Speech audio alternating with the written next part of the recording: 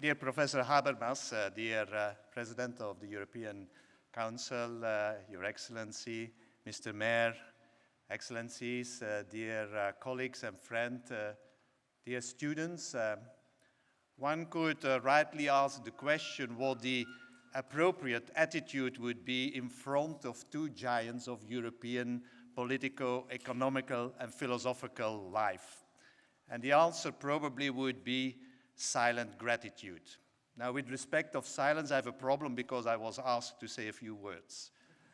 But as far as gratitude is concerned, so I'm really delighted, Professor Habermas and President Van Rompuy, to thank you very much for your presence here. We know you both have a crowded agenda, and so it's really a privilege to have you over at our university tonight. The timing of this lecture and the discussions was perfect, I think, because this morning we had the first symposium organized by the Euroforum of the KU Leuven. The Euroforum is the multidisciplinary discussion group which is discussing the major issues of the European program Horizon 2020, some of which are, of course, of particular interest of our own universities, such as education, research and valorization, but also inclusiveness, employment, and climate. Now, I had the pleasure to be there, and I was astonished in the beginning. Already during the first hour, there were three sentences used, or three expressions used to describe the present status of Europe. One was crossing the desert, the other was a bumpy road, and another professor was even using the word doom. So I'm really curious, Professor Habermas, whether after your presentation one of these expressions will still survive, or if we could use some of the titles of very important European novels of the past. We could choose between Thomas Mann Zauberberg, or The Great Expectations of Charles Dickens, or otherwise whether it should be Honoré de Balzac, Illusion perdue. So anyway, thank you very much for being with us today, and I would also particularly thank the President of the European Council for having been so kind to accept to give some introductory remark to the lecture of Professor Habermas. Mr. President, please.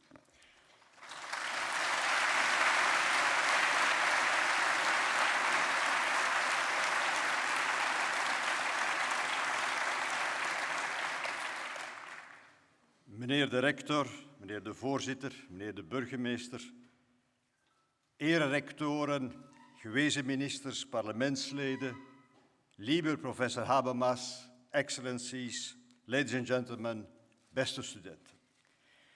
It's always a pleasure to come to Leuven, my university, and certainly on an evening like tonight to introduce such a unique personality.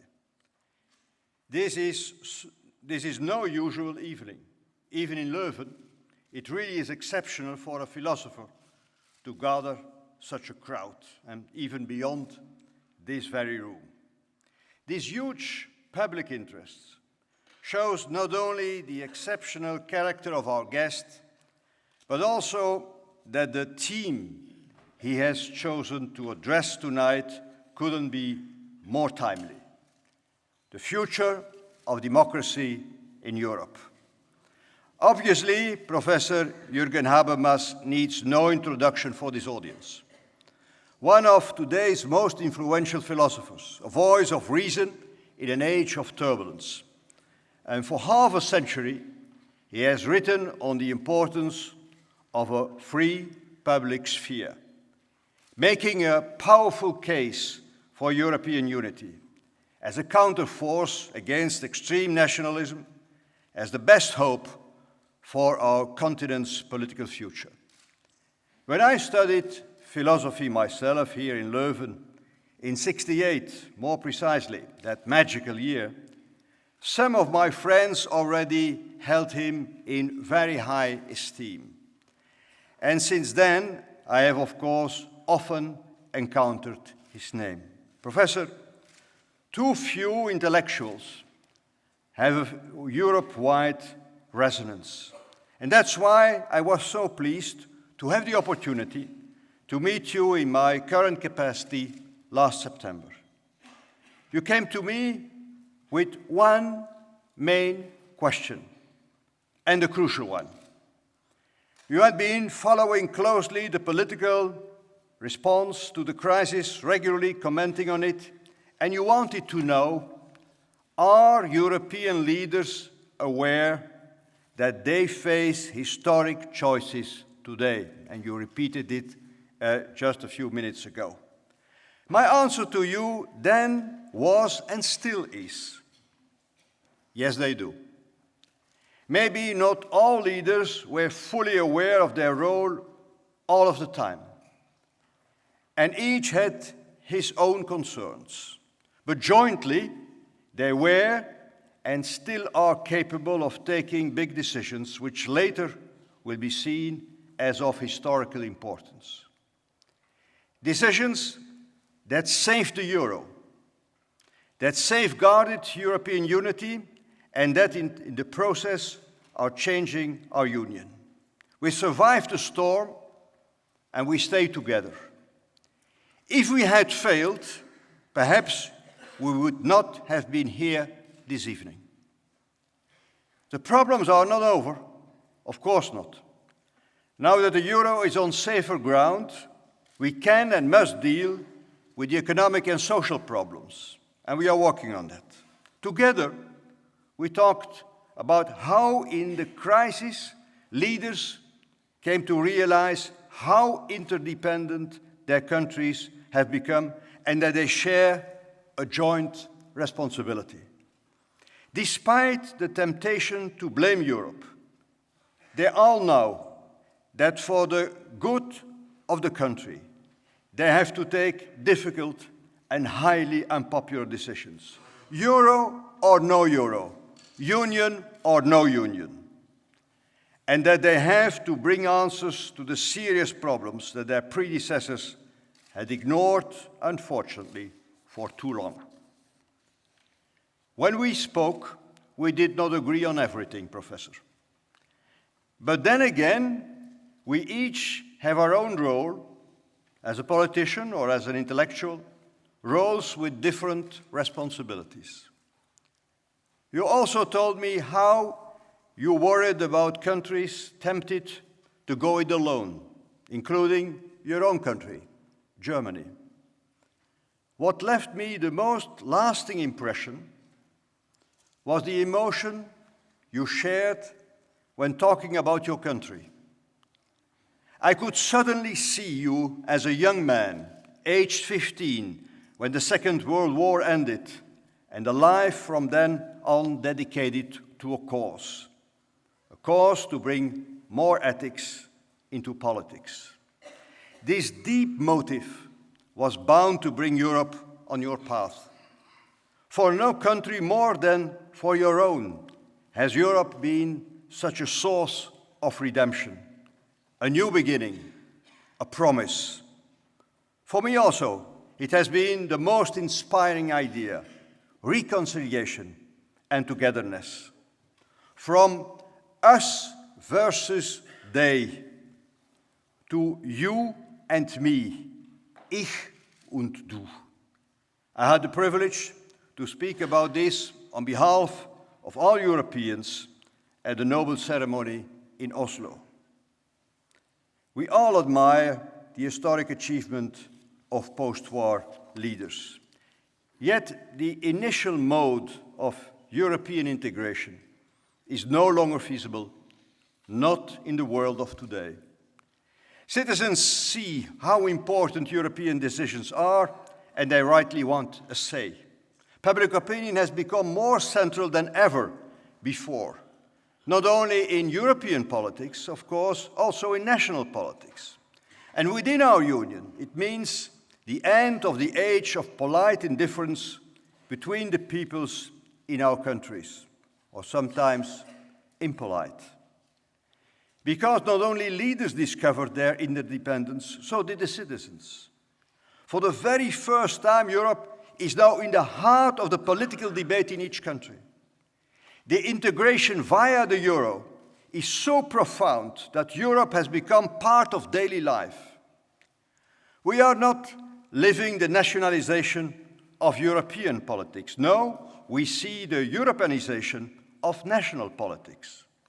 And this will ultimately make the common endeavor stronger, provided we avoid the ingredients of modern political life: clichés, slogans, caricatures, of a good, hard-working Northerners versus bad, lazy Southerners, or of good, generous Southerners versus bad, selfish Northerners.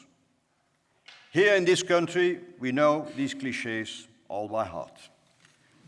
We can deplore or demonize them, but we can also consider that it is natural, that it takes time for the public to digest the enormous discovery of what it really means to share a union, what it really means to share a currency.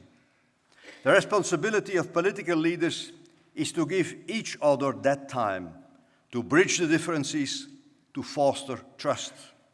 And it is true that correcting past errors of growth models based on excessive private and public debt is taking more time than we thought.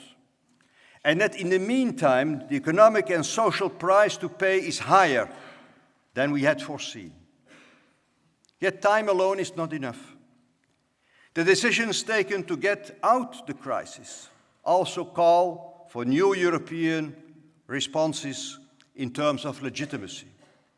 The European Union is only fully legitimate and with the broad support of the people, although in a democracy one will always find dissenting voices. We both agree on that. And we both agree that focusing only on institutional discussions in the Brussels microcosmos circumvents the fundamental questions. We need a real debate involving the public in all our countries, but a debate not based on passions and clichés. But here we face a paradox, as you often have highlighted. Less subtle thinkers than yourself sometimes make a caricature out of the debate on Europe's democratic nature. They say, for instance, that the Europe of the citizens must finally take over from the Europe of the states, by which they usually mean decisions by national leaders in the European Council. Exit the states, enter the citizens they call for. But in my experience, when I chair our discussions in the European Council, today's national leaders are very close to their public opinion, to their citizens. Some people might say too close. But each of them to their own citizens who elect them. Entre parenthèses, this makes it sometimes incredibly difficult and time-consuming to reach consensus at the European Council table. I know this critique, but from a democratic point of view, one can hardly reproach to leaders that they have voters. The reflection on Europe's democratic future cannot avoid this dilemma. The basic tension between the citizens in their national capacity and the citizens in their European capacity. And these are the same people. We are 500 million Europeans living in 27 countries with many spaces of European debate. And if I just look at the neighboring countries of Belgium, Europe clearly resonates differently here in Belgium than in France, the Netherlands, Germany, not to forget Luxembourg and the UK. But they all debate Europe. There are no easy answers to Europe's legitimacy. There always will have to be a double legitimacy. Because also in a more integrated Europe, the nation state will remain key. In the end, it's a tension, not between institutions, but between identities, but even between identities in our own mind. Europe is complicated because we Europeans are complicated. But you, Professor, know this very well. And this is why you, from your perspective, just as I, in my own political role, want people to become more aware that they are also Europeans. On an evening like this one, you are reaching out to build this European public sphere. Beste studenten, ladies and gentlemen, Professor, we share the conviction that Europe in the end is not a problem, but a solution. That Europe is not them, but us. Our Europe, our Union. Thank you.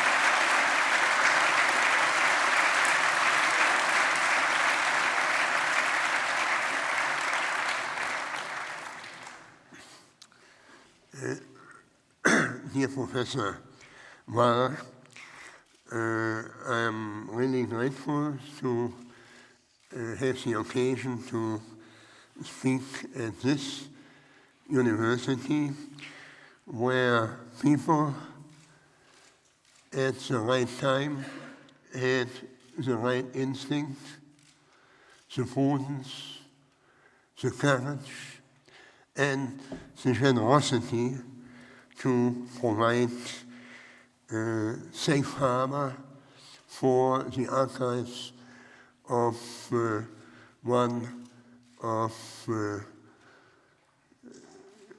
greatest philosophers of the 20th century, Edmund Husserl. I, for the first time, had the privilege to visit this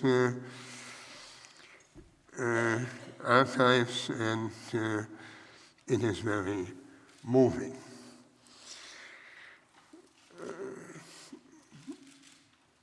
President Van Rompuy,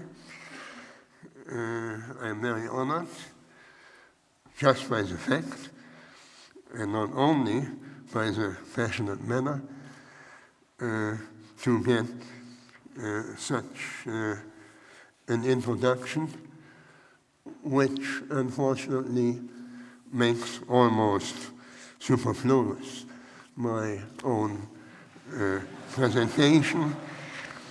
Herman Van Rompuy is, as you know, the president of the most powerful, but equally the most difficult European institution. I have great respect for him here as a politician. He is obviously, or must be, a genius in the art of moderating and resolving conflicts, deepest conflicts between national interests.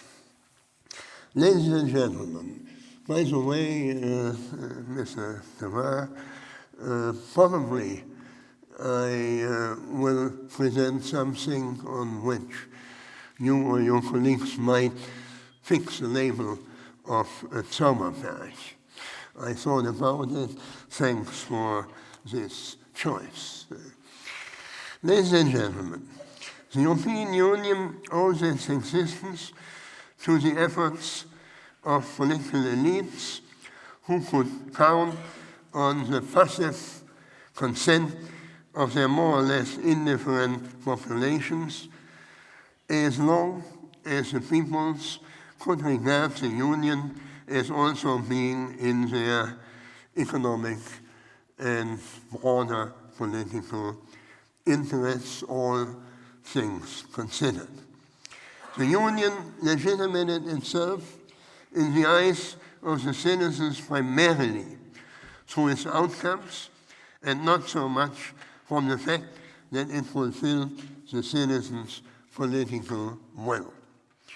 This state of affairs is explained not only by the history of its origins, but also by the legal constitution of this rather unique political formation. The European Central Bank, the Commission, and the European Court of Justice have intervened most profoundly in the everyday lives of European citizens over decades. Even though these institutions are the least subject to democratic controls. Moreover, the European Council, which has taken the initiative during the current crisis, is made up of heads of government whose role in the eyes of their citizens is to represent their respective national interests in Brussels. Finally, at least the European Parliament was supposed to construct a bridge between the political conflict of opinions in all the national arenas and, on the other hand, the decisions taken in Brussels. But, as you know, this bridge is almost devoid of traffic, and we all hope that this will change next year. Thus, to the present day, there remains a gulf between the citizens' opinion and will formation on one hand and the policies actually adopted to solve the pressing problems on the other side.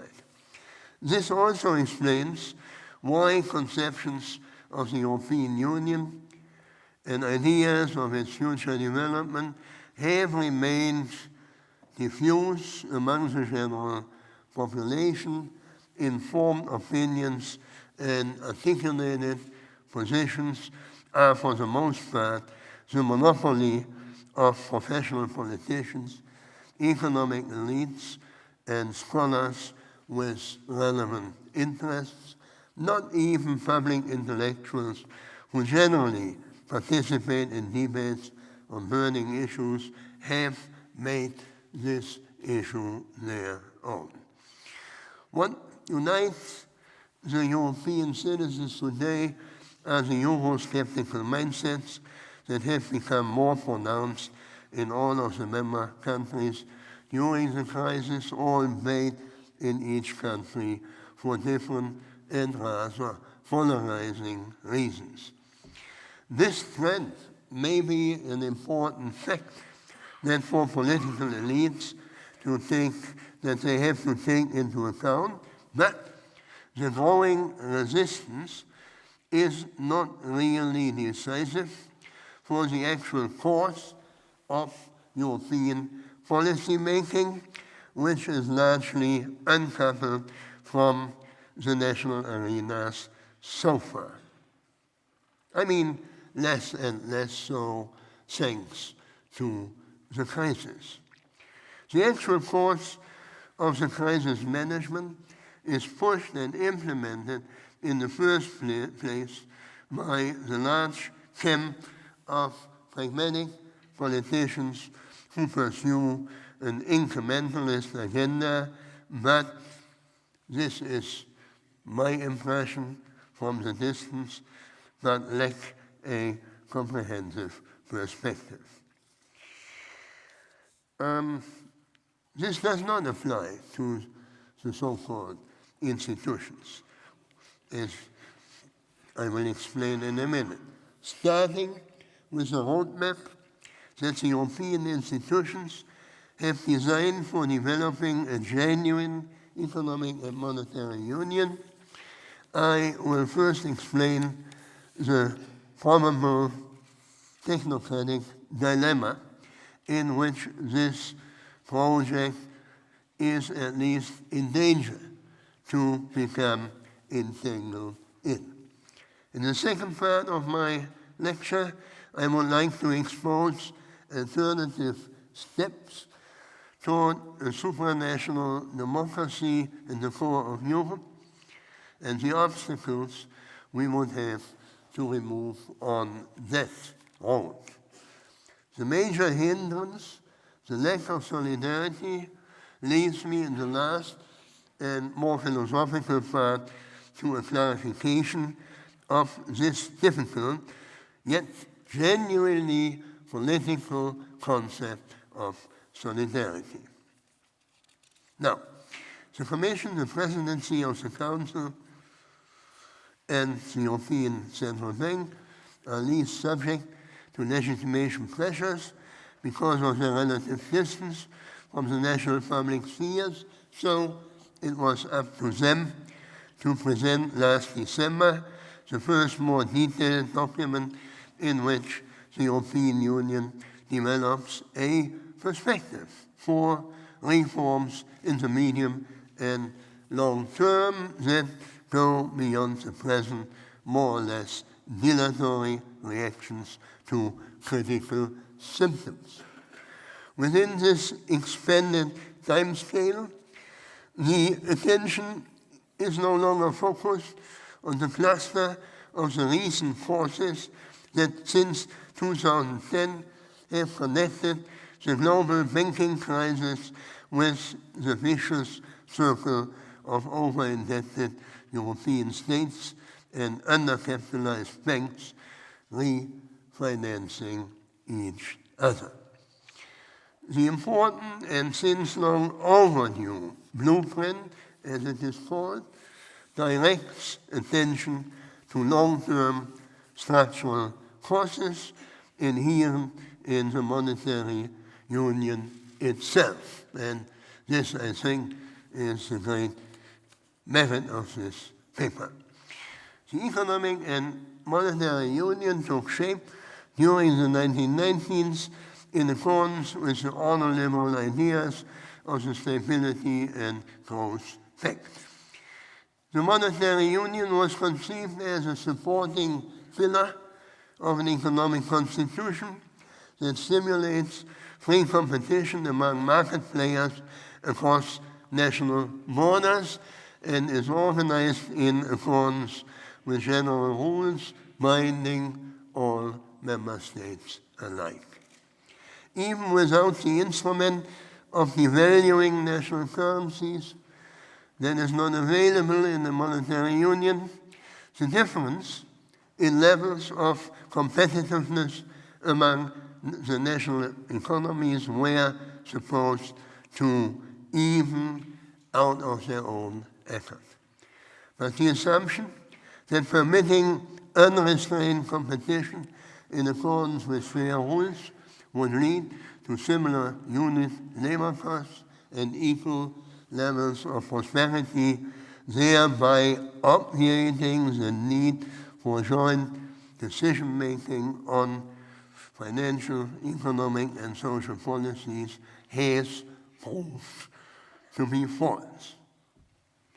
Because the optimal conditions for a single currency in the Eurozone are not satisfied, I learned that from my economic colleagues, the structural imbalances between the national economies that existed from the start have become more acute, and they will become even more acute as long as the European policy pattern does not break with the principle that each member state makes sovereign decisions within the relevant policy fields without taking other member states into consideration.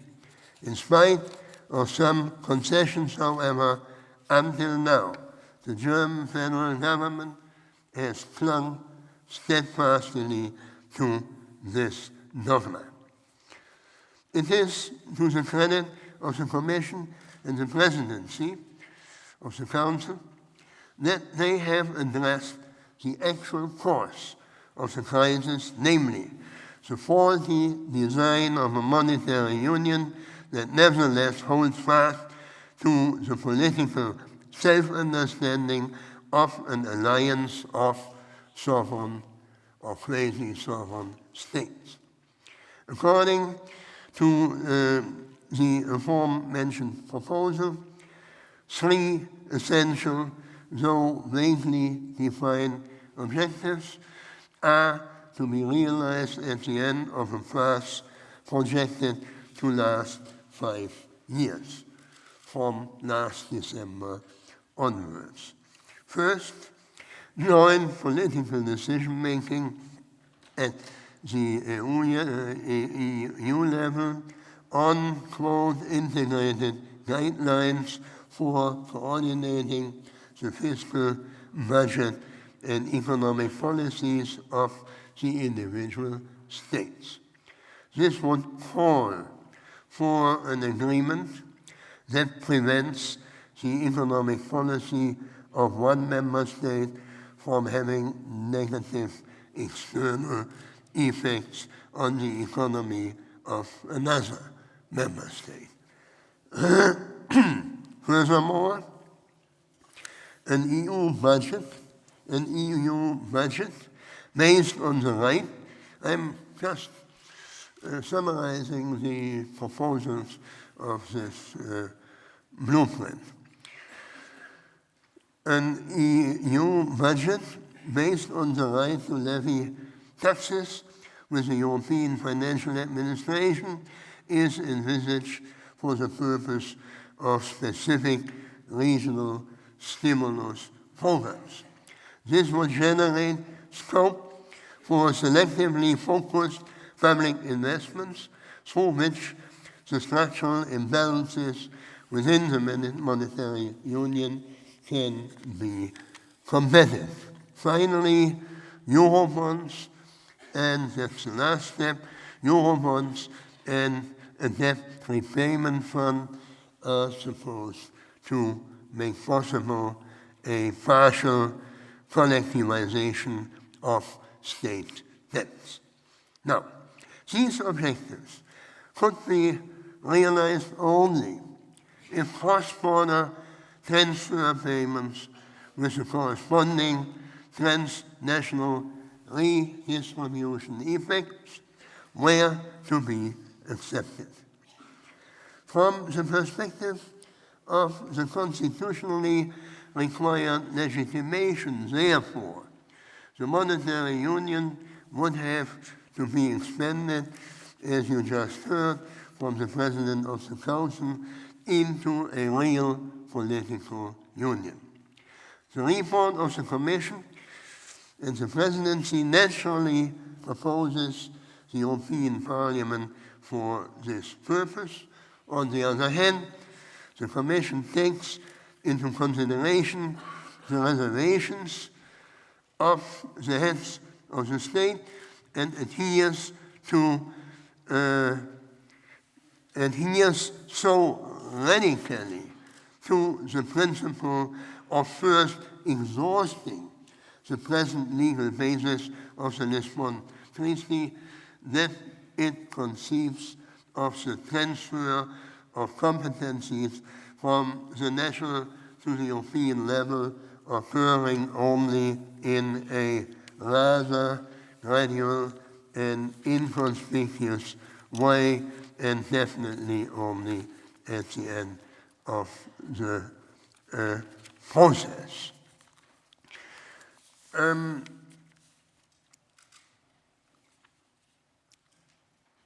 The obvious aim is to postpone a revision of the treaties to the very end. The Commission accords the expansion of steering capacities priority in the short and in the medium term over a corresponding enlargement of the basis of legitimation, which comes later. Thus, the ultimate democratization is presented as a promise, like a light at the end of the tunnel. Supranational democracy remains the declared long-term goal on paper. But postponing democracy is a rather dangerous move. Now, this is my criticism, if the economic constraints by the markets will heavily meet the flexibility of a more or less free-floating European technocracy, there arises the immediate risk that the gradual unification process, which is planned for but not by the people, will begin to a halt before the proclaimed goal of rebalancing the executive and the parliamentary branches is reached. Does this work acoustically? More or less?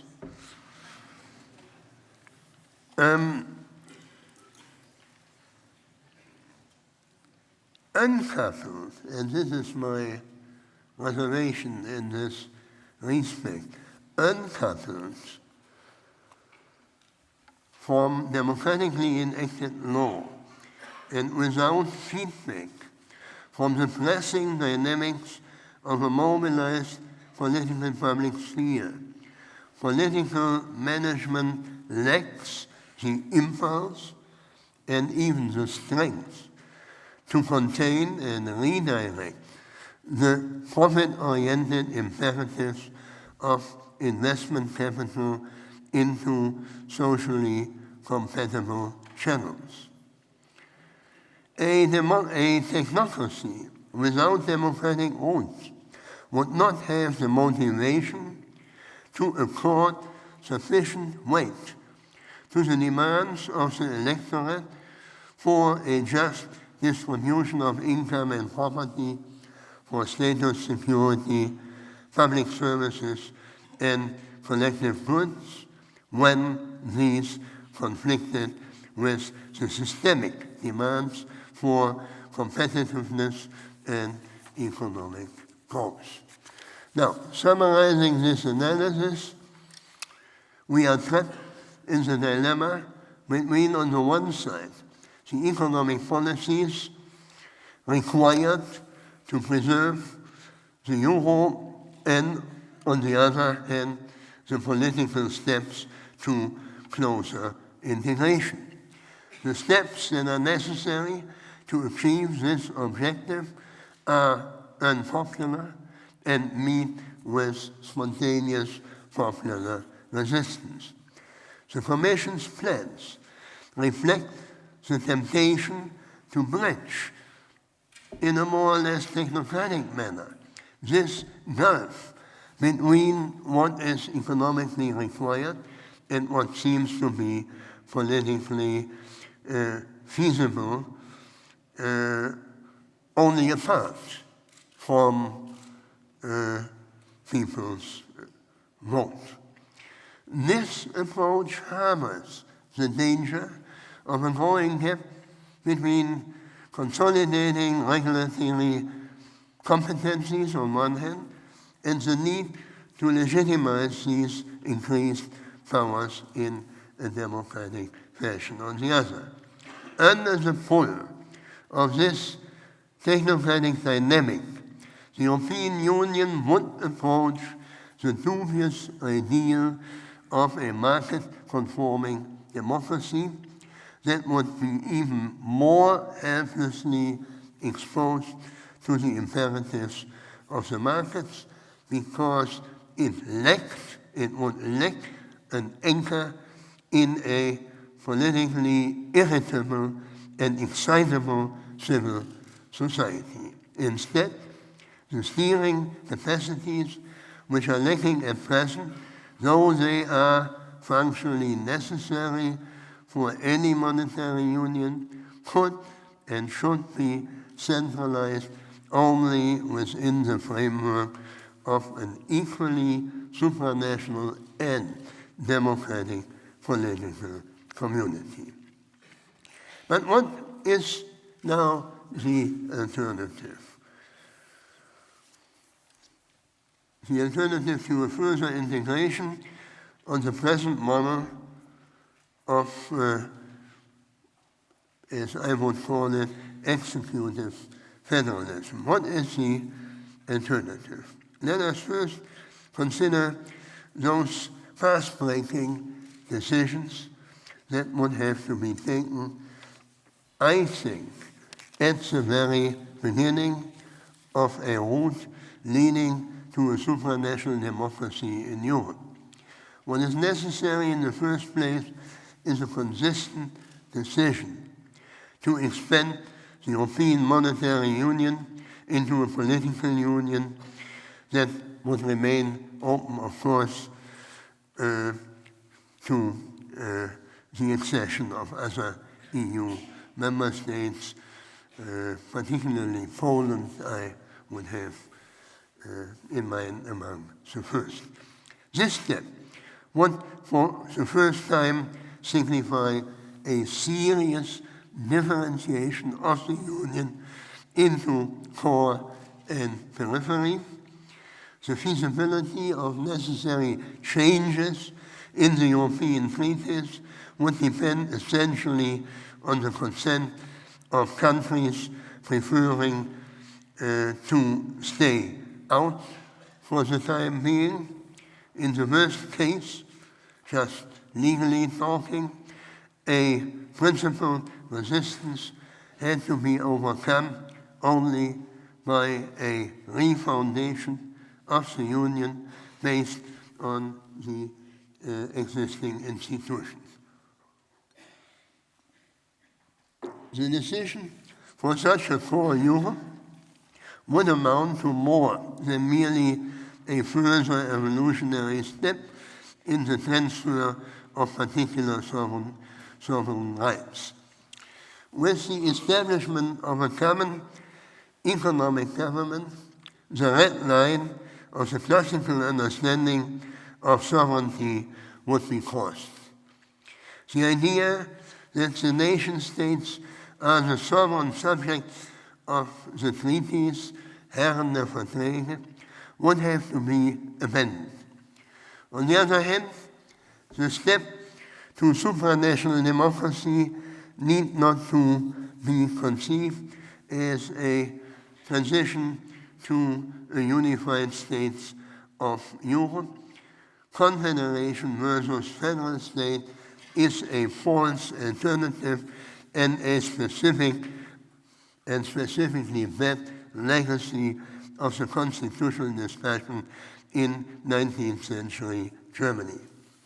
The nation states can well preserve their integrity as states within a supranational democracy by retaining both their roles of the implementing administration and the final custodian of the present level of implemented civil liberties. At the procedural level, the dethronement of the European Council would mean switching over from intergovernmentalism into the community method. As long as the ordinary legislative procedure in which the Parliament and the Council participate on an equal footing has not become the general rule, the European Union shares a deficiency in legitimation with all international organizations that are founded on treaties between states. This deficiency is explained by the asymmetry between the scope of the democratic mandate of each single member state and the encompassing reach of competencies of the organization exercised then by all member states in concert. As national citizens look to it, their political fate is determined by foreign governments who represent the interests of other nations rather than by a government that is bound only by their own democratic vote. And this would change only if we would accept the community method. It is preferable, by the way, not only for this normative reason, but for a reason of enhancing efficiency too. It would help to overcome national particularisms in the Council, but also in the interparliamentary committees. Representatives who are obligated to defend national interests must just bargain compromises between obstinate positions. Whom am I telling? By contrast, the deputies in the European Parliament, which is divided up into parliamentary groups, are elected, or at least will be after that crisis elected, from the perspective of party affiliation. This is why, to the extent that the European party system will be taking shape, political decision-making in the European Parliament can already conducted on the basis of interests that were first generalized across national borders. There are the fundamental decisions. These are the fundamental decisions necessary for transforming the monetary union into a political union that will not fall into the trap of technocracy. That would require, however, to overcome the high, almost unsurmountable institutional hurdle of a change in primary law. The first step, namely calling for a convention which is authorized to revise the treaties, must be expected from the European Council, hence from the very institution that is least suited to making smooth cooperative resolutions. That would not be an easy decision for the members of the European Council, who are at the same time heads of national governments. On the one hand, the thought of their re-election already leads them to recoil before this unpopular step. Moreover, they do not have any interest in disempowering themselves either. On the other hand, they will, this is according to my own analysis, they will not be able to ignore indefinitely the economic constraints that will sooner or later require further integration of at least a manifest choice between painful alternatives. For the present, the German government is insisting that priority be accorded to stabilizing the budgets of the individual states by national administrations, mainly at the expense of their social security systems, of public services, and collective goods. Along with a handful of smaller donor countries, as it is called, it is vetoing the demand of the rest of the members for targeted investment programs and for a form of joint financial liability that would lower the interest rates of the government funds of the crisis-hidden countries. In this situation, the German government holds the key to the fate of the European Union in its hand. If there is one government among the member states capable of taking the initiative to revise the treaties, then it is the German government. Of course, the other governments, and I don't see that the German government ever realized that this is a pound with which it could work. Of course, the other governments would demand assistance on grounds, at least those who then would get assistance, on grounds of solidarity only, if they themselves were ready to accept the complementary step of transferring required sovereignty rights to the European level, and everybody thinks of France in the first place. Otherwise, any assistance founded on solidarity would violate the democratic principle that the legislators that levies the taxes has also a say in the decision on how to allocate the funds and for whose benefit to use them. So, the main question is whether Germany not only is in the position to take the initiative, but also whether it could have an interest in doing so. In particular, I am looking for a specifically German interest that goes beyond the kind of interest shared by other member states, such as, of course, the interest in the economic benefits of stabilizing the monetary union, or the interest in preserving European influence on the international political agenda in the emerging world society, and influence which is, in any case, going to be diminished in the next decades. In the wake of the shock of the defeat of 1945 and the moral catastrophe of the Holocaust, potential reasons of regaining the international reputation destroyed by its own actions already. I don't say that these were the only reasons, but there were also these reasons.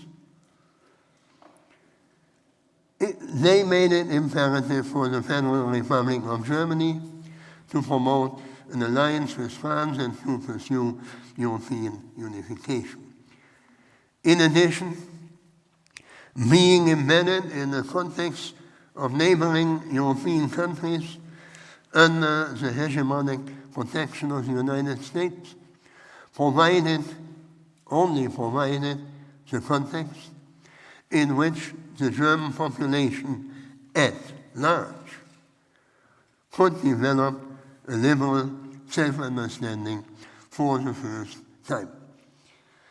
This arduous transformation of a political mentality, which in the old Federal Republic remained captive to fatal continuities for decades, cannot be taken for granted. We are a liberal country now, but there is this historical heritage too. That shift in mindset occurred in tandem with a cautiously cooperative promotion of European unification. Moreover, the success of this policy was an important precondition for solving a more long-standing historical problem than I am concerned with in the first place. After the foundation of the Roman Empire in 1871, Germany assumed a fatal semi-hegemonic status in Europe. In Ludwig the Hero's words, it was too weak to dominate the continent, but too strong to bring itself into line. It is in Germany's interest to avoid a revival of this dilemma that was overcome only thanks to European unification. This is why the European question, which has been intensified by the crisis, also involves a domestic political challenge for us Germans. The leadership role that falls to Germany today for demographic and economic reasons is not only awakening historical ghosts all around us, but also tempts us to choose a unilateral national course or even to succumb to power fantasies of a German Europe instead of a Germany in Europe. We Germans should have learned from the catastrophes of the first half of the 20th century that it is in our national interest to avoid permanently the dilemma of a semi-hegemonic status that can hardly be held up without sliding into conflicts. We see it even now every day. Helmut Kohl's achievement is not the reunification and the re-establishment of a certain national normality per se, but the fact that this heavy event was coupled with the consistent promotion of a policy that binds Germany tightly into Europe. You see, I am doing the business of Margaret Thatcher. Germany not only has, whom I don't like particularly, I must say, politically.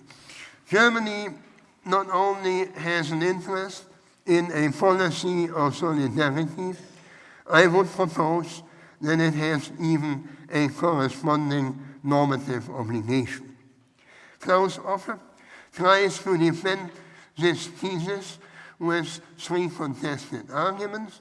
Today, Germany has derived the greatest benefit from the single currency through the increase in its exports. Because of these export surpluses, Germany furthermore contributes to aggravating the economic imbalances within the monetary union and thereby is part of the problem. Finally, Germany itself is even profiting from the crisis because of the increase in interest rates for the government bonds of the crisis-hit countries is matched by a decrease in the interest rates on German government bonds, as everybody knows. Now, even if we accept these controversial arguments, the normative premise that these asymmetric effects of the politically unregulated interdependencies between the national economies entail an obligation to act in solidarity is not quite easy to explain. This leads me to the final, briefer and more philosophical question. What does it mean to show solidarity, and when are we entitled to appeal to solidarity? With a little exercise in conceptual analysis, this is the only thing philosophers really can a bit better than other people.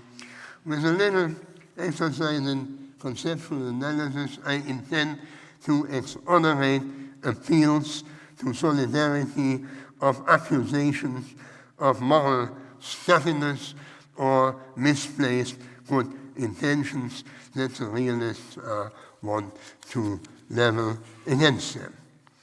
Solidarity loses the false appearance of being unpolitical once we learn how to distinguish obligations to show solidarity from both moral and legal obligations. Solidarity is not synonymous with justice, be it in the moral or the legal sense of the term. We call moral and legal norms just when they regulate practices that are in the equal interest of all those affected. Just norms secure equal freedoms for all and equal respect for everyone. Of course, there are also special duties, relatives, neighbors, colleagues can in certain situations expect more or different kind of help from each other than from strangers. Such special duties also hold in general for certain social relations, family relations. For example, parents violate their duty of care when they neglect the health of their children. The extent of these positive duties is often indeterminate, of course. It varies according to the kind, frequency, and importance of the corresponding social relations on which they are based. When, for example, a distant relative contacts his surprised cousin, once again after decades, and confronts her with a request for a larger financial contribution because he is facing an emergency situation, he can hardly appeal to a moral obligation, but at most to a tie of an ethical kind founded on family relations, in Hegel's terminology, Sittlichkeit. That's the kind of obligation at stake, so to say, beyond moral and legal obligations. Belonging to an extended family will justify prima facie a duty to help, but only in cases when the actual relation gives rise to the expectation that, for instance, the cousin can count on the support of her relative in turn when it should come to a similar situation when she is asking him. Thus, in the trust-founding Sittlichkeit of informal social relations that, under the condition of predictable reciprocity, requires that the one individual vouches for the others. Such ethical obligations, rooted in ties of an antecedently existing community, typically family ties, exhibit three features. Now I'm talking about ethical obligations because they are similar to solidarity. We will see.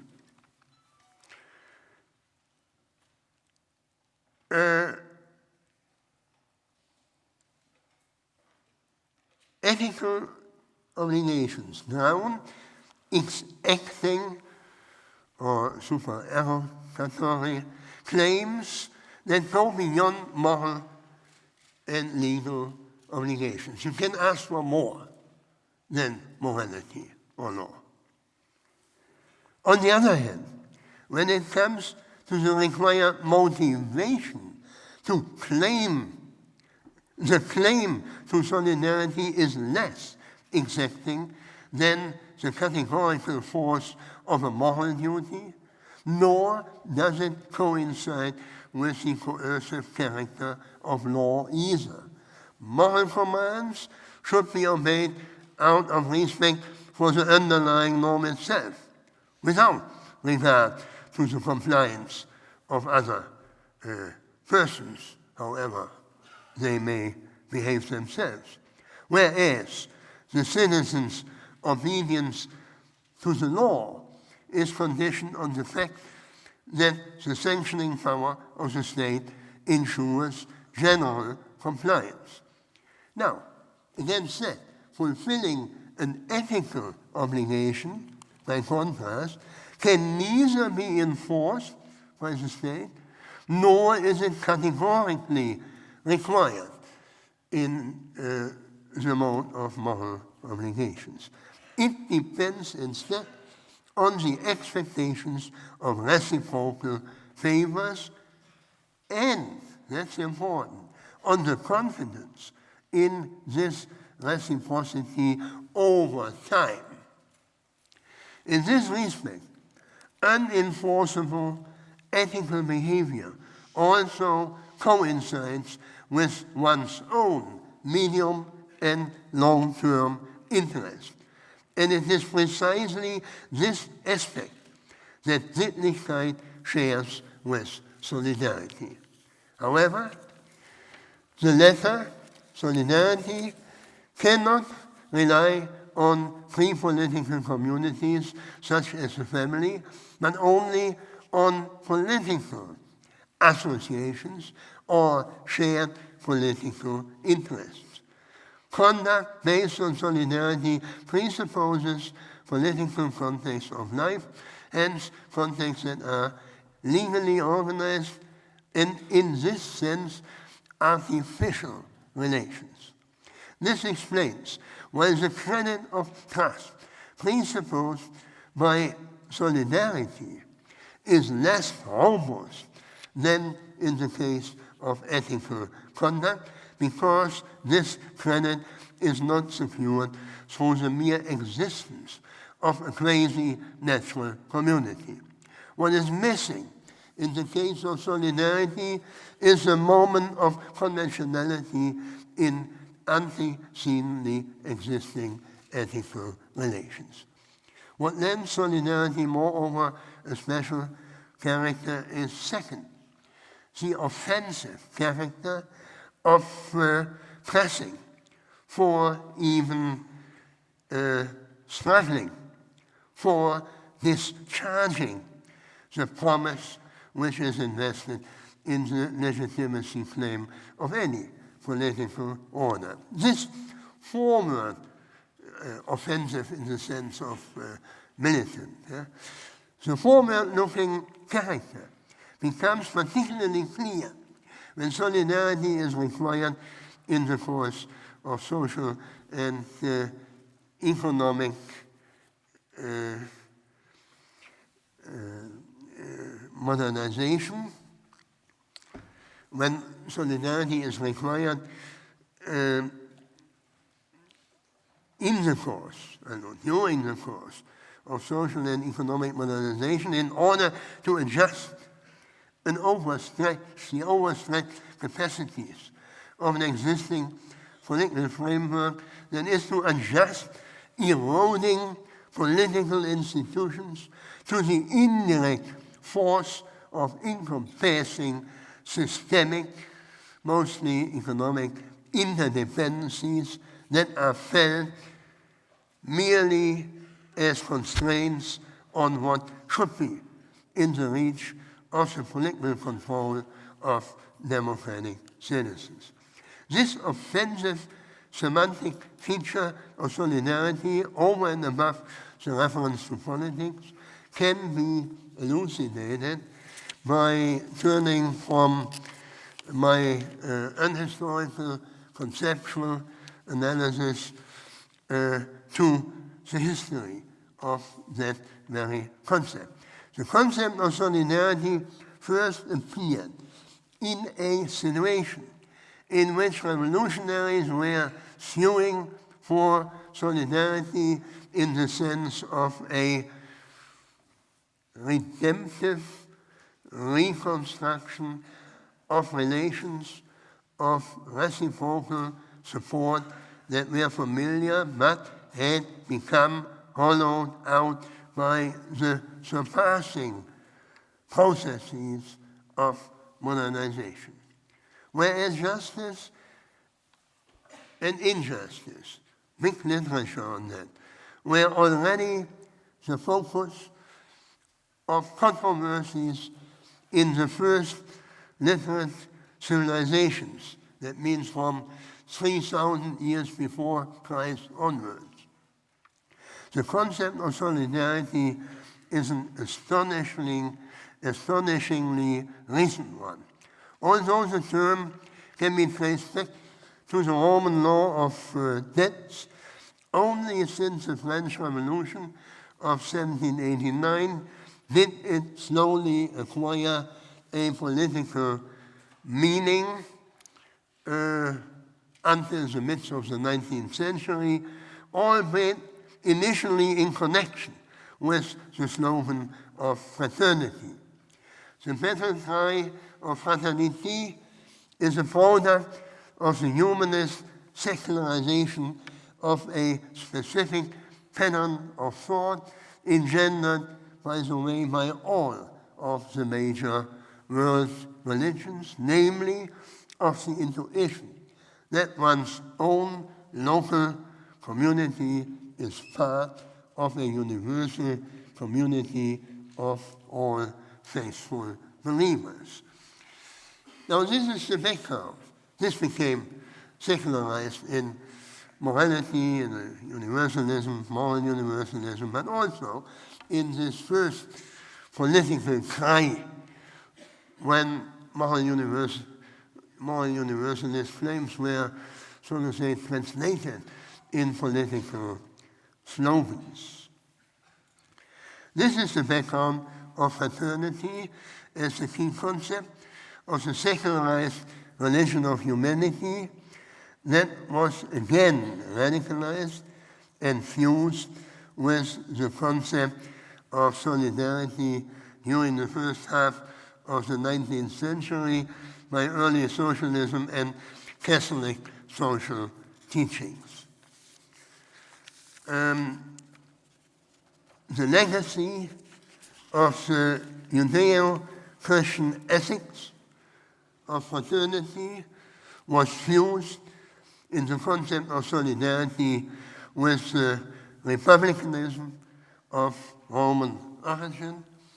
The orientation toward salvation or emancipation became amalgamated with that toward legal and political freedom. That's a very recent development in terms of conceptual history. By the midst of the 19th century, I'm coming to the end. By the midst of the 19th century, an accelerated functional differentiation of society gave rise to extensive interdependencies behind the back, so to say, of a paternalistic, still largely cooperative and occupationally stratified everyday world in our Western European countries. Under the pressure of these reciprocal functional dependencies, the older forms of social integration broke down and led to the rise of class antagonisms, which were finally contained only within the extended forms of political integration of the nation-state. The appeals to solidarity had their historical origin in the dynamic of the new class struggles. The organizations of the workers' movement, with their well-founded appeals to solidarity, reacted, for instance, to the occasion provided by the fact that the systemic, mainly economic constraints had outstripped the older relations of solidarity within the handicraft corporations and all that. The socially uprooted journeymen, workers, employees, and day laborers were supposed to form an alliance beyond the systemically generated competitive relations on the labor market. The opposition between the social classes of industrial capitalism was then finally only institutionalized within the framework of the democratically constituted nation-states. These European states assumed their present-day forms of welfare states only after the catastrophes of the two world wars, in the course of economic globalization, now these same states find themselves in turn exposed to the explosive pressures of economic interdependencies that now tacitly permeate national borders. Systemic constraints again shatter the established relations of solidarity and compel us to reconstruct the challenged forms of political integration of the nation state. This time, the uncontrolled systemic contingencies of a form of capitalism driven by unrestrained financial markets are transformed into tensions between the member states of the European Monetary Union. If one wants to preserve the monetary union, it is no longer enough, given the structural imbalances between the national economies, to provide loans to over-indebted states so that each should improve its competitiveness by its own efforts. This is not enough.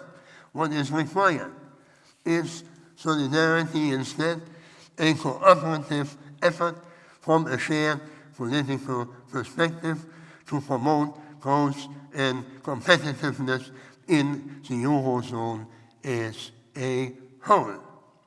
Such an effort would require Germany and several other countries to accept short and medium terms negative redistribution effects, at least in its own longer-term self-interest, a classic example of solidarity, at least on the conceptual analysis that I have presented. I'm really sorry I took too much time. Thank you.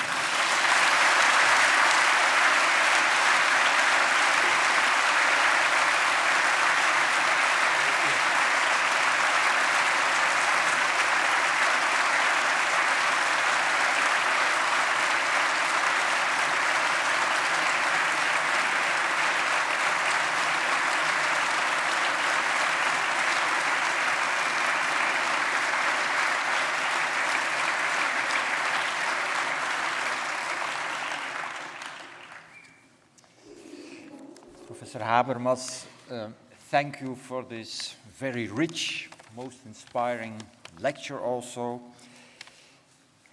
At the beginning of your lecture you said, well, there are not so many public intellectuals taking a position on the future of Europe, and definitely you're an exception on this rule, and you have taken a stance, of course, against Euroscepticism, but also in favor of transnational forms of solidarity. Solidarity was one of the third topic of your lecture, and also in favor of forms of democracy that would present a political project and re-equilibrate the economic market with a political project.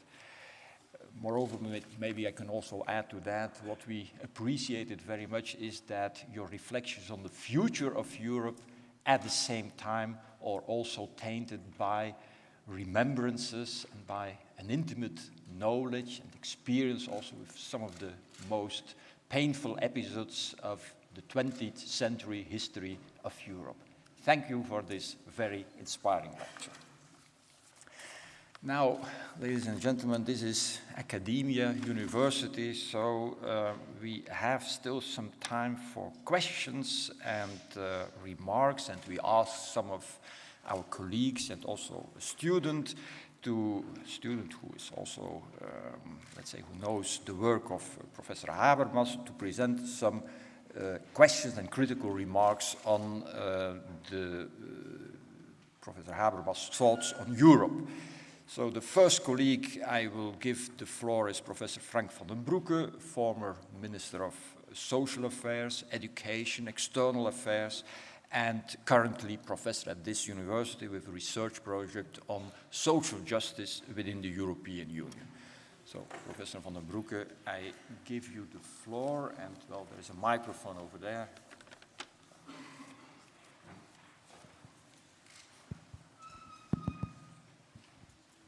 Okay.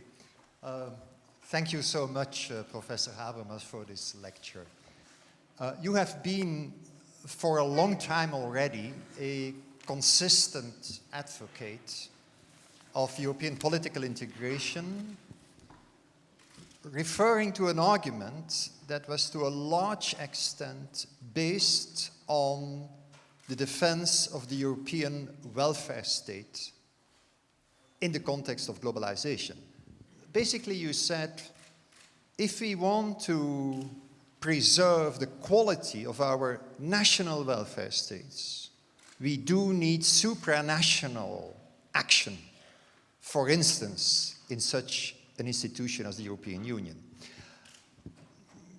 You could say that your argument already was about the enlightened self-interest of those who want to preserve national, domestic solidarity that organizes welfare states. Now, some people might say that this is a bit ironic today because we see the European Union maybe acting against national welfare states, but I think that that does not contradict your case, because your case was about a balanced political union with capacity to intervene economically, politically, socially, so that does not contradict your case. My point and my question is the following. In the current situation, we do need to develop this idea of solidarity, because the kind of solidarity we need today is cross-border. It is an extension of this national solidarity. And so today we need to think about how we could argue for a solidarity that makes it possible to stabilize the monetary union, to have burden sharing, to have support for each other. And I very much welcome the fact that you explained to us how you would see the foundation of this solidarity. I'm a bit puzzled by the end of your lecture. You did refer to reciprocity, and you did refer again to enlightened self-interest. Now, reciprocity, I would say, is it's a rich concept. It's more demanding than enlightened self-interest. I do wonder whether it is possible to really solely rely on enlightened self-interest. Is that possible? If that is the case, why did it not come forward? Why don't we see it if it is just enlightened self-interest? Do we not need something more, something like a sense of common purpose, a sense of common destiny, which is what helps reciprocity? Now, I finish here. Would we not need something more than just enlightened self-interest? You made a case very much with reference to the German enlightened interest, and I think that's a very forceful argument. But for all the peoples of Europe, don't we need something more than just enlightened self-interest? Is there not something about a sense of common purpose and destiny? That's my question. Yeah. I mean,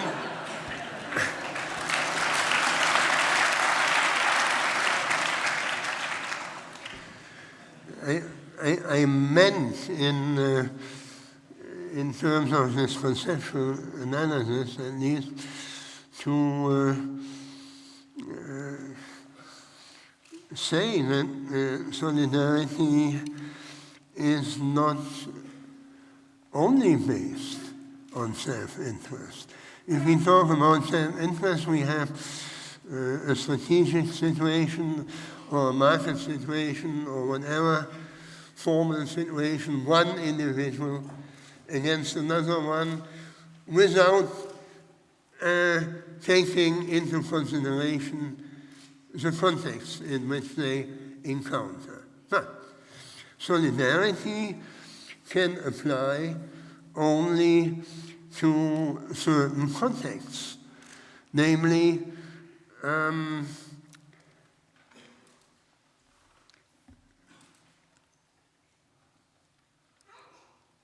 in the classic case, it's civic solidarity. By the way, civic solidarity is now defined also in a somewhat less demanding way.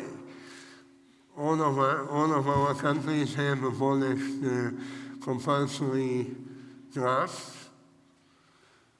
so we are no longer asked. And Habermas explained why we shouldn't. We are no longer asked to risk our lives for national purposes. So this civic solidarity, which is the proper demand of every liberal state vis-à-vis its citizens, without which they wouldn't pay taxes. Civic solidarity is referring, like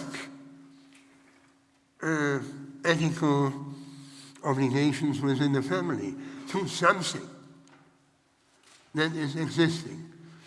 The problem is that solidarity is relating to a political context which is highly artificial. I am asked as a German to be in solidarity with some other German, which I never have met and never will meet. This is asking for solidarity among strangers on the basis of a legally constructed political community, highly abstract. Now, I am referring now to stretching this familiar concept of civic solidarity, which I think that national solidarity is mixing everything up. National solidarity is appealing to communitarian bonds which are not the real basis of what a liberal state may ask for and may expect from its citizens. Now, the solidarity I was stretching now to such even weaker membership in a legally constructed and much more abstract community. And I was then looking historically back to very special occasions when this term came up for the first time. And what was it? It came up in the process of a reconstruction of older relations of familiar solidarities, incorporations, for instance. They were breaking up, and a new form of solidarity, even between formerly antagonist classes, could only be established by now reconstructing the nation states in the form of welfare states. Now, that is, we can discuss how much that can apply to the present situation, but solidarity is asking for more than self-interest. It is asking for trust in reciprocity over time. And the risky thing is over time, and particularly in the beginning of a process of reconstruction. Who knows what happens in 10 years? How will the Spaniards behave, or the Germans behave? So, but nevertheless, it's not pure self-interest. We are already much too much entangled, involved, part of a politically constructed, however incomplete, political community. I mean, most of us have these red passports. They are very abstract, but still, everybody knows who he is when he passes an American, what is it?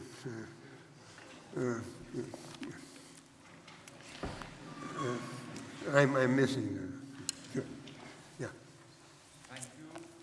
Second question is by Professor Rubens, who is over there, political philosopher of the Institute of Philosophy. Thank you.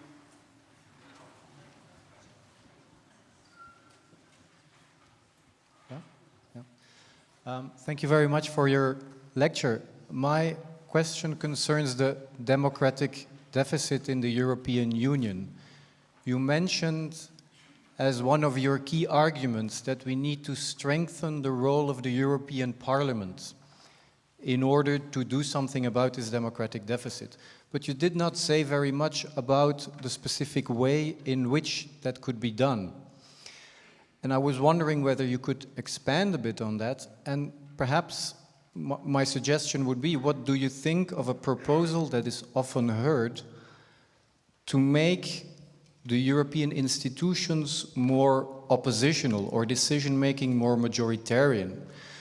If European citizens now are not happy with the policies pursued by the European Commission, for instance, they have no real way of voting out the Commission.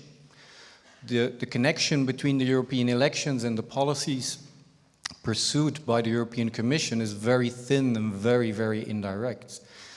This is very problematic. Some would say that that is one of the main causes of growing Euroscepticism. If voters do not have the feeling that they can control policies, that they can vote against policy makers, then they turn against the system itself. And so an alternative might be to turn the Commission, for instance, more into a kind of European government that is then supposed to execute the policy proposals of the majority in the European Parliament. And then if voters are unhappy, they can next time vote for the opposition. I mean, it could increase identification, would be the suggestion. An additional benefit of this kind of oppositional structure would also be that it might help to promote and structure the European public debate. The stakes of European elections would much increase. European parties would have to put forward very specific ideological programs. They would have to put forward very recognizable candidates for the Commission. And so for voters European-wide, that would give kind of a visible and accessible understanding of the different policy alternatives and would give them the feeling that their vote is indeed related to the eventual policy outcomes. So I know that you put a lot of emphasis on the idea of reasonable agreement and consensus, but would you agree that in the current situation, perhaps a bit more of organized disagreement and organized opposition might be helpful? Thank you. Yeah, thank you very much. I couldn't agree more. I think it is a very good idea, an idea that is handled already, I suppose, within the European institutions to politicize the European Parliament, first by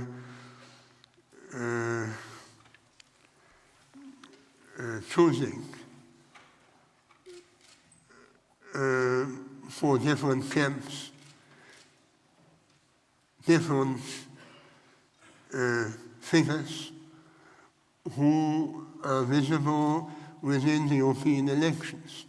Martin Schulz for the Social Democrats, I know he told me that he wants to be elected by his group, and on the other hand, we will, of course, have Tusk or somebody else for the Christian Democrats or the Conservatives. That is very important because the present crisis is perceived in a different way, namely nation by nation. The impact of the crisis is, so to say, according to the definition of the markets, the burdening of national budgets. And that is not the right way to have a democratic, a public discussion on the alternative courses, even among the pro-European camp. There are, and there must be, of course, controversial perspectives. So one can only hope for the next European election, and it would have, of course, an impact also on the Commission, because the President of the Commission must be confirmed by the European Parliament. I can hardly imagine that some of these, let's say, two leading, transnationally leading group leaders, if they were elected with a majority, that the Council could any longer evade appointing this man or this woman. And so that, but I mean, we have here much more competent people in the room, and anyhow.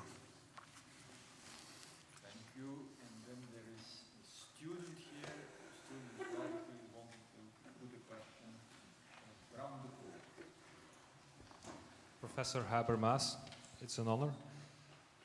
My question is one about... Would you, my ears do no longer work. It's definitely. My question is one about the future of Europe, something that concerns us students more than anyone. Today in Europe, national debts, unemployment continues to increase. How do you see the position of Europe in a multipolar world? What role can Europe, its citizens and its youth play? How do I see the role of Europe? Say it again, the last thing. In a multipolar world.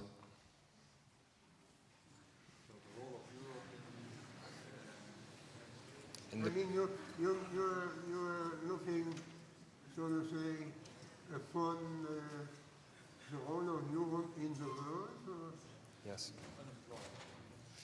And that linked to the present situation of increasing unemployment and national debts. So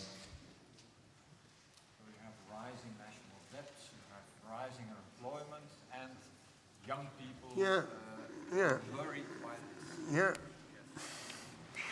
I mean, these are controversial economic policies in all our states.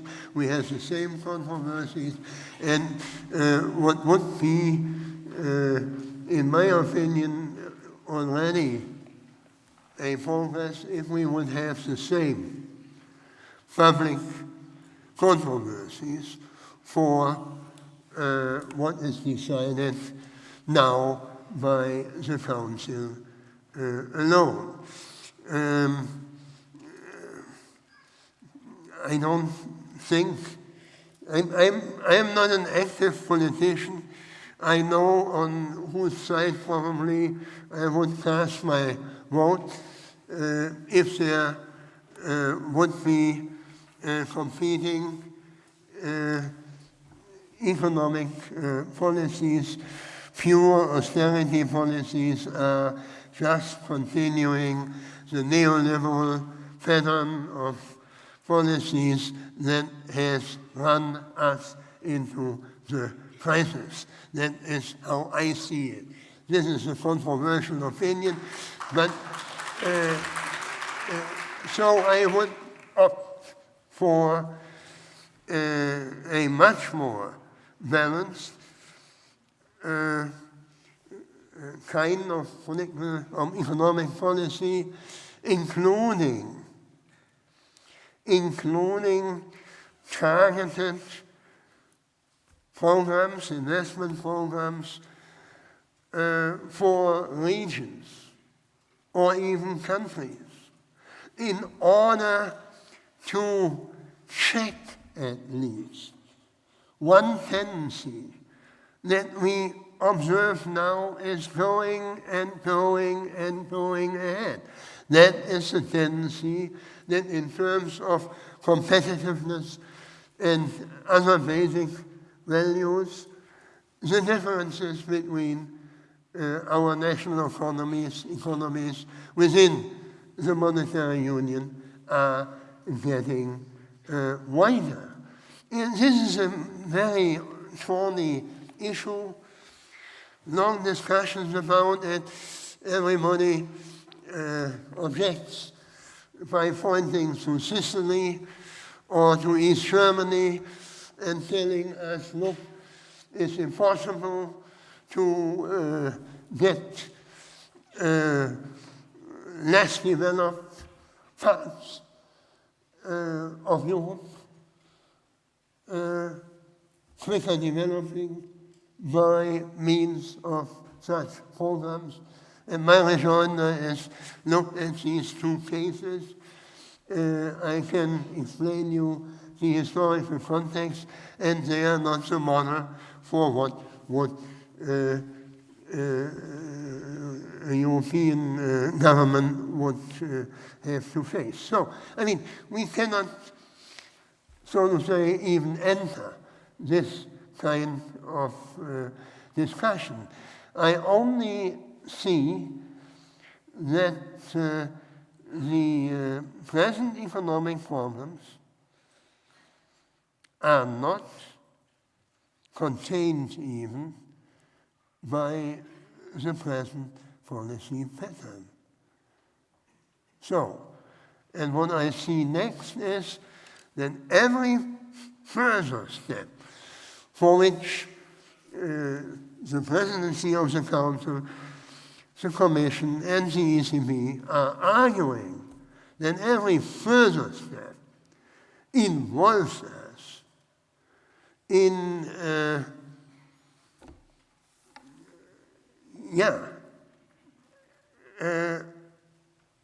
an ever denser cooperation between governments that should be put under proper democratic control, and I don't see how this could be done without changing the treaties accordingly. Changing the treaties does not mean anything overnight. Changing the treaties would at least require in each of our national arenas, we don't have any other national arena, in all of our national arenas at least one election period, continuous discussion for and against. In any other kind, we never would. That would be a total break with the present kind of policies.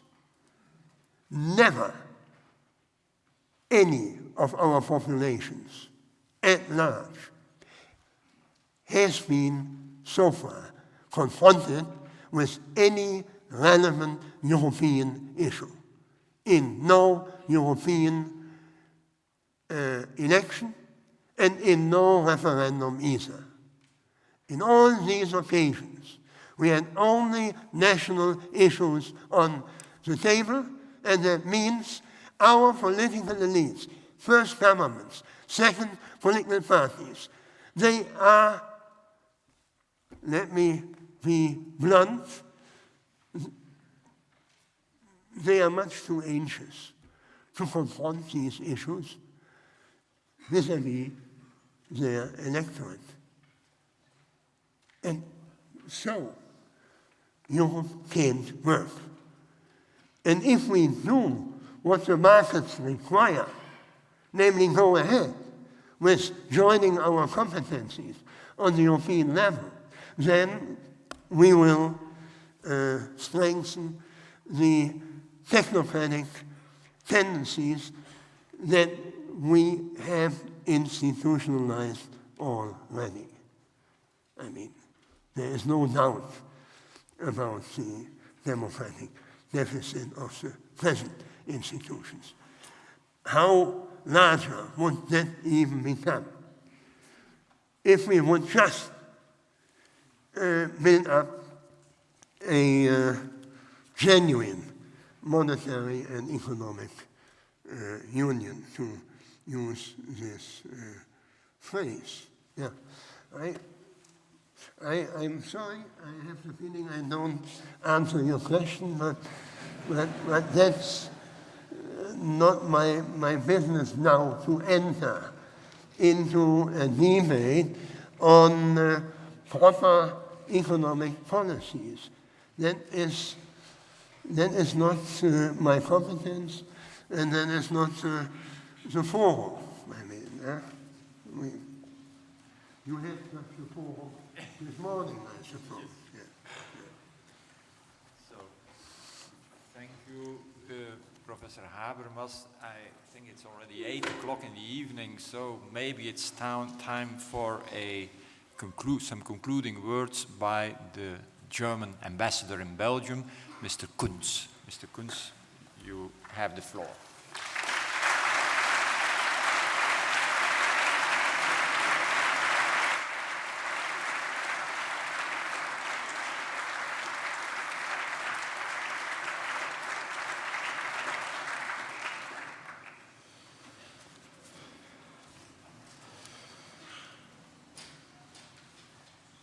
President Van Rompuy, Bürgermeister Tobak, Rektor Professor Wahr, Excellencies, Damen und Herren, Ladies and Gentlemen, lieber Herr Professor Habermas, ich bin beeindruckt, I'm impressed, we are impressed. We are impressed by your presence here, a giant of philosophy, developing his views and visions on the European political reality today.